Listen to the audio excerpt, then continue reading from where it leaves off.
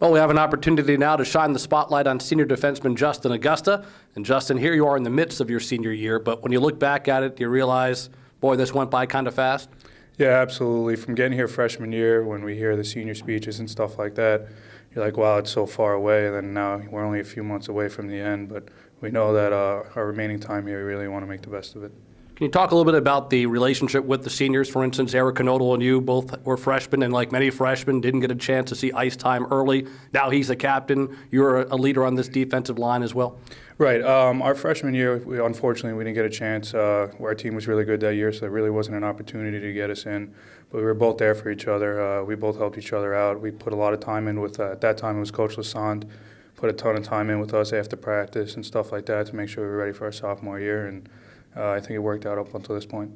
Because November is such a busy month, and really it's a busy season, how do you prepare yourself mentally and physically for the grind that is a college hockey year? Well, November especially because we're traveling so much. You know, we got Providence, we got UMass, that's a long day for us, and Colorado.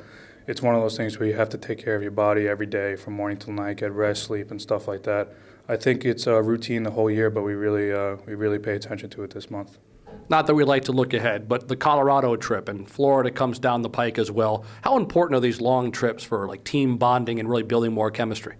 Yeah, they're great. Especially Florida will be nice. Hang out by the pool, I'm sure. But both trips, it's a lot of time together, meals and stuff like that. And especially if we could turn this around, we start winning. We're playing well, just things aren't going our way. It makes everything a lot better. And I think that time with each other really helps out.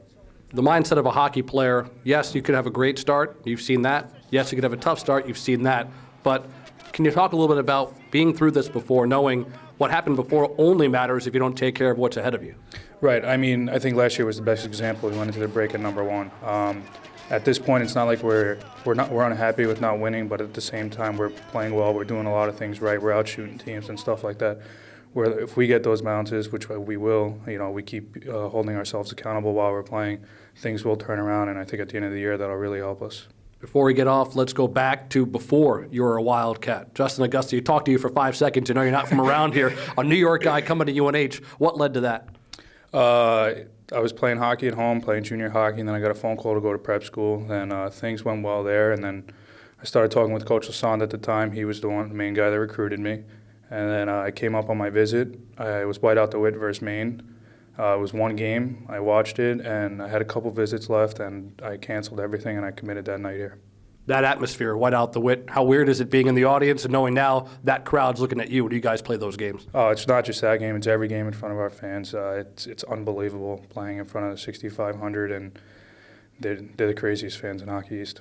Well, Justin, you've given those fans a lot to cheer about. Best of luck the rest of the way this year. Thank you.